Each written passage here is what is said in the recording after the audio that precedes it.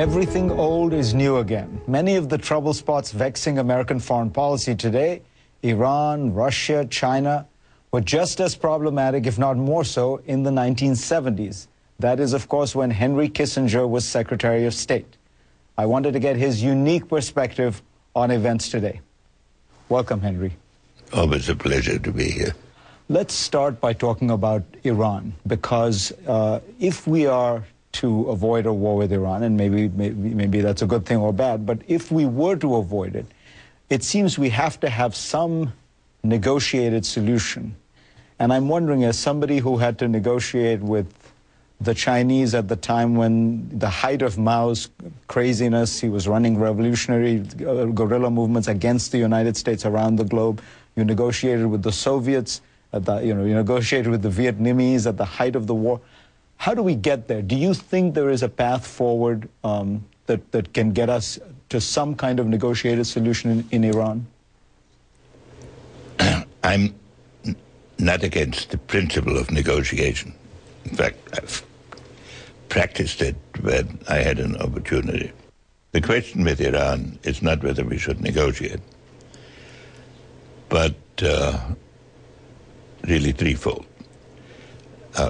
Can we conceive some time limit within which this negotiation takes place? Secondly, can we define an objective that really meets the need?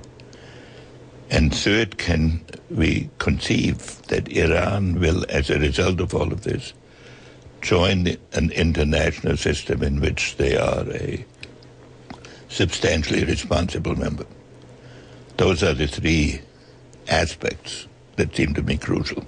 When you look at the situation with Iran right now, do you think that the situation is so dire that Israel would need to strike militarily in the next few months or even a year and a half?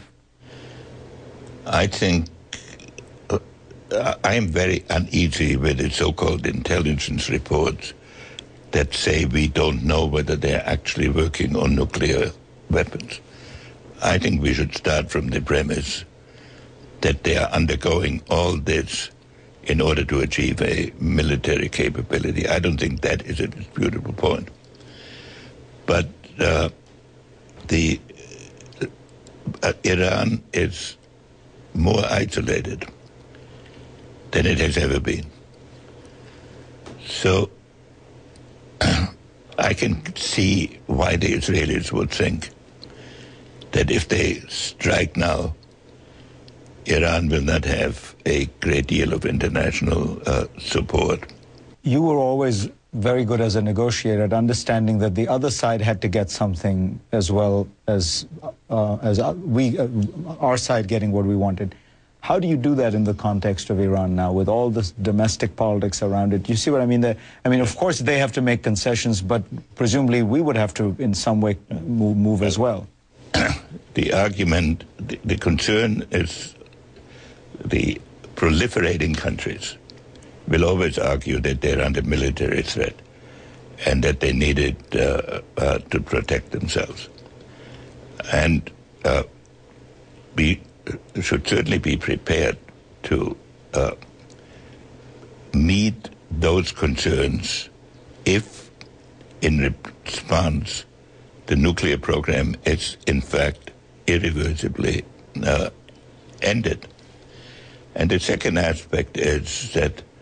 Wait, but let me spell out what you're saying. You're saying if they end their nuclear weapons program and they want some assurances from the United States about their security, if they want to kind of re-enter the international community, we should facilitate that. Yes. Now, this government, the current, the Ayatollah government in Iran has made hostility to the United States the organizing principle of its existence. So whether they can bring themselves to do this or whether they can survive in the world that I have described, that's another matter. But Iran, as an important nation, can and should find a place in the international system. When we come back, we're going to talk about Russia and China and perhaps a little bit about the Republic.